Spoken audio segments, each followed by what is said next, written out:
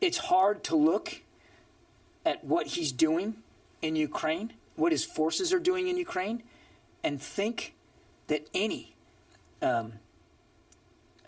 ethical, moral individual could justify that.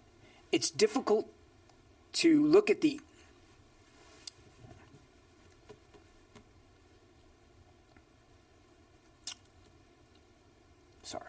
It's difficult to look at some of the images and imagine that any well-thinking, serious, mature leader would do that.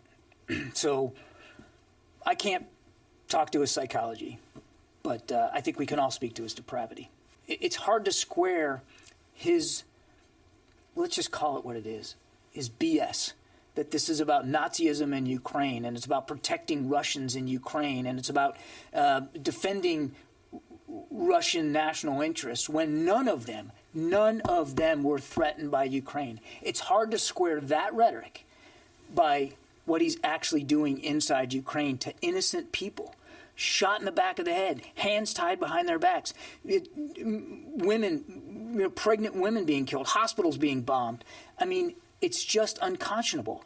And I don't know. I don't have the mental capacity to understand how you connect those two things. We're certainly working under an assumption that Mr. Putin was capable of pursuing what he believed Russia's national interest to be with cold steel and with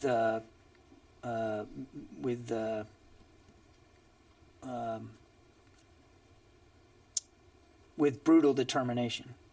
I think we all understood that. I don't think we fully appreciated the degree to which he would visit that kind of violence and cruelty and, as I said, depravity on innocent people, on non-combatants, on civilians, with such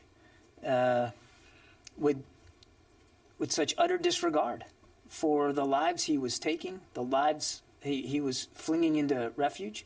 I mean, there's not even an attempt by Russia to be precise in their targeting. Even if you could find your way to getting to rationalize what he's doing, which is of course unacceptable. But let's just say hypothetically, you could get yourself to a point where you believed this war was justified. You can't look at the way he's prosecuting it, and his forces are prosecuting it, and come to a conclusion that he's doing it in a justified manner. It's